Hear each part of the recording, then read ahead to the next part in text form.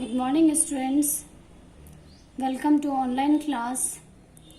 Today I am going to teach the third chapter of your course book, that is Cat's Paradise.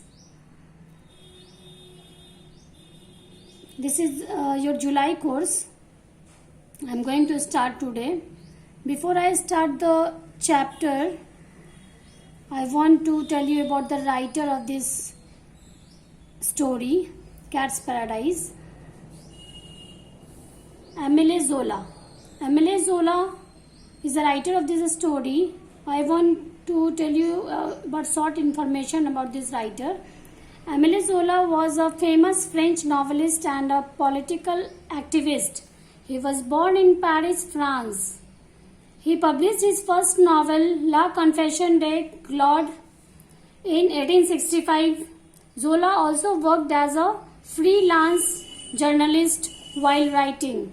Zola's most celebrated work, Les Rougon Macquart, a 20-volume series, describes life and society under the Second Empire in France.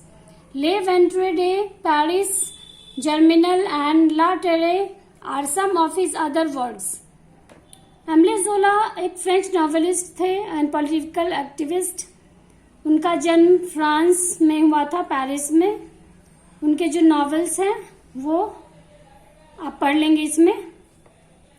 Cats paradise was published in 1864. Zola was a big animal lover and his story revolves around an Angora cat who wants to live outdoors. The story shows the differences between an indoor cat and outdoor cats, tomcats.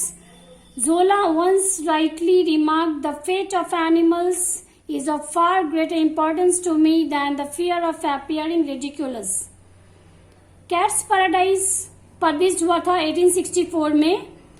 जोला जो थे वो उन्हें जानवरों से बहुत प्यार था, एनिमल लवर उन्हें इसलिए बोलते हैं. और इस स्टोरी में हम लोग एंगोरा कैट के बारे में पढ़ेंगे जो कि आउटडोर रहता है, घर से बाहर रहता है, और कैसे हम लोग एक इंडोर कैट और आउटडोर कैट के बीच में जो डिफरेंसेस हैं we will see in this story. And now I am going to start the story. I was then 2 years old, the fattest and most knave cat you have ever seen. At that tender age, I presumptuously disdained all the pleasures of the house and did not give thanks to Providence for having placed me with your aunt. That wonderful woman adored me. At the bottom of a wardrobe, I had a real bedroom fitted out with a comforter and 3 blankets. The food was as good as the bed. No bread, no soup, nothing but meat, lovely red meat. Now, Cat is telling about him that what was his story. 2 years का जब cat था तो वो बहुत ही मोटा और बहुत ही lack of experience था, मतलब एक्सपीरियंस नहीं था उसके पास, नॉलेज की कुछ कमी थी. और उस एज में उसे सब प्लेजर घर में जो है सारे प्लेजर मिले थे और उसने उसे रिफ्यूज कर दिया था. और भगवान को भी उसके लिए थैंक्स नहीं बोला. No providence for having placed with your aunt. The wonderful women, वो जो वुमेन थी वो उसे बहुत ही, आंट जो है बहुत ही प्यार करती थी. और उसके वार्डरोब के बगल में उसका एक बेडरूम बना था जिसमें कि एक बहुत कंफर्टर आरामदायक का बेड था. उसमें 3-3 ब्लैंकेट्स थे और भोजन भी बेड की तरह ही बहुत अच्छा भोजन भी था उसका. ब्रेड नहीं था, सूप नहीं था, लेकिन जो कि कैट को बहुत ही मजेदार और पसंद आता है, जो कि मीट है, लवली रेड मीट उसे मिलता था. Well, in the midst of all this sweetness I had but one desire, one dream, to slip out of a half-opened window and escape over the rooftops. Caresses seemed insipid. The softness of my bed made me feel ill. I was fat and I disgusted myself. I was bored with being happy all day long. इन सब खुशियों के बावजूद भी उसे खुशी नहीं मिलती थी। वो इस आरामदायक सी जिंदगी से परेशान हो गया था और उसे चाहता था कब वो खिड़की से छड़प के बाहर चला जाए और उसे ये सॉफ्टनेस वाला बेड, कंफर्टर, ये सब कंफर्ट से बहुत परेशान हो गया था। वो बोर हो गया था, इतना खुश था जो उसे दुख का कोई एहसास ही नहीं था। खुशी खुशी से ही वो परेशान हो गया था, बोर हो गया था अपने कंफर्टेबल लाइफ से। I must tell you that by stretching my neck, I had been able to see a roof just outside the window. On that day, 4 cats played there on the blue tiles in the warm sun, for blistering and tails erect with every appearance of joy. I had never seen anything so extraordinary. From them on, I was fixed in the notion that happiness was to be found on the roofs beyond that window so carefully closed. Closed, in fact, just as carefully as the doors of the cupboard where the meat was kept. Cat is telling that one day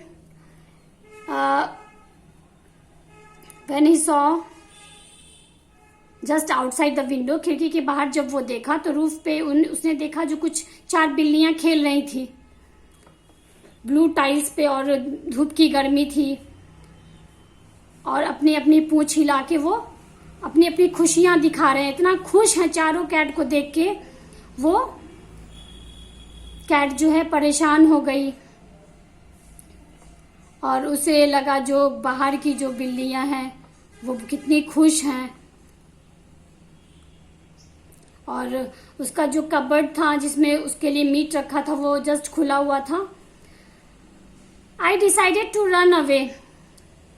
There had to be other things in life besides juicy flesh. Out there was the unknown, the idle existence. One day someone forgot to push the kitchen window shut. I escaped onto a small roof that I found just beneath it. Now in this paragraph, cat is telling that उसने decide किया जो भागने का, और उसे लगा कि इस जूसी फ्लैश, उसका जो मजेदार भोजन है, इसके अलावा भी जिंदगी में और कोई खुशियां हैं और जिंदगी जीने का इससे ज्यादा अच्छा भी कोई तौर तरीका है। और एक दिन उसने देखा कि किचन की खिड़की कोई शट करना, बंद करना भूल गए और वो अपने आप को वहां से भागना चाहा। How beautiful were the rooftops! The large gutters along the edge exhaled delicious odors, and I stalked voluptuously down them. My paws were immersed in the fine mud, which had a certain infinite sweetness and warmth. I felt as though I was walking over velvet. The pleasant heat of the sun seemed to be dissolving my fat.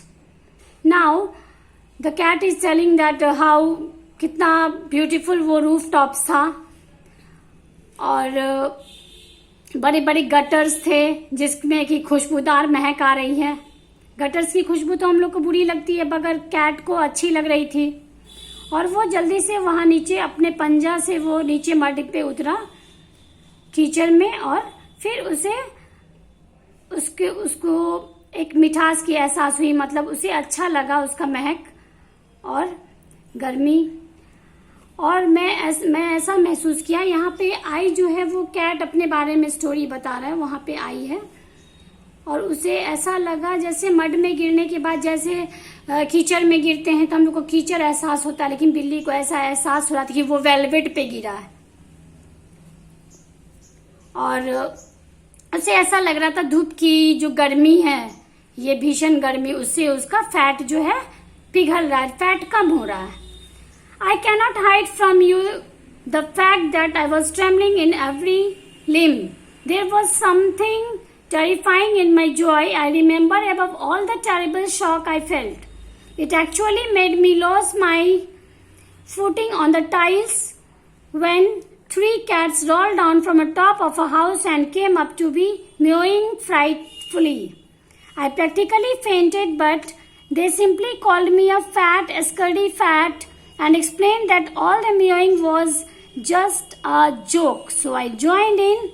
I was delightful. Those bravos weren't as fat as I was, however, and made fun of me when I slipped and rolled like a ball across the tin roof heated by the sun. One old Tom was particularly friendly. He offered to educate me and I accepted the offer eagerly.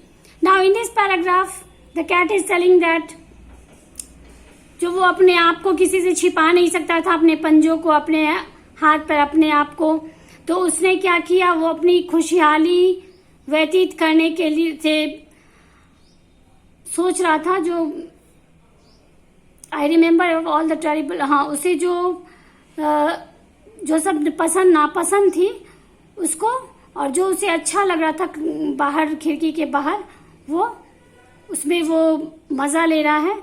उसने देखा कि 3 बिल्लियां जो है वो roll down करके, role होते हुए नीचे आ रही है, गिर रही है, और मेओइंग मतलब अपने मेओ मेओ आवाज करके वो बिल्ली अपना आवाज निकालते हुए, जैसे डरावना सा आवाज निकला था, जैसे किसी कोई आदमी जब रोल करके गिरता है तो चिल्लाने की आवाज होती, तो बिल्ली भी जब गिरता है तो उसका मेओइंग वाला आवाज. तो ये देख के प्रैक्टिकली ऐसा हुआ, जो कैट जो है वो डर गया, और scaredy fat and explain that all the meowing was just a joke.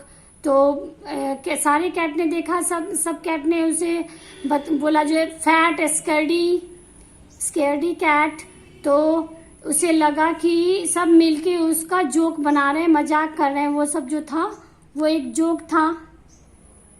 और उसके बाद मैं ज्वाइन कर लिया, मतलब बिल्ली उस सारे बाहर वाले आउटडोर कैट से ज्वाइन हो गई और वो खुश हो गया. These bravos weren't as fat as I was, however made fun of me when I slipped and rolled like a ball across the tin. हाँ, तो वो ऐसा बोला, जो ये ब्रेवो जो है बहादुर बिल्लियों को बोल रहे हैं. ऐसा हम लोग मोटे नहीं थे, हाउएवर मेरा मजाक उड़ा रहा था, जो जब मैं स्लिप हुआ और roll like a ball across the tin के रूफ पे गिरा धूप की गर्मी में, तो उसे चिढ़ा रहा था सब. जो वो टॉम, वो जो है फैट है. One old Tom was particularly friendly, और उसमें एक ओल्ड टॉम था, सो वो उसे फ्रेंडली हो गया और वो ऑफर्ड किया, he offered to educate me, उसने कहा वो मुझे कुछ एजुकेट करेगा, मतलब कुछ शिक्षा देगा, और मैंने उसके ऑफर को एक्सेप्ट किया, उसके ऑफर को मान लिया. Now rest I will teach you in another video. Thank you.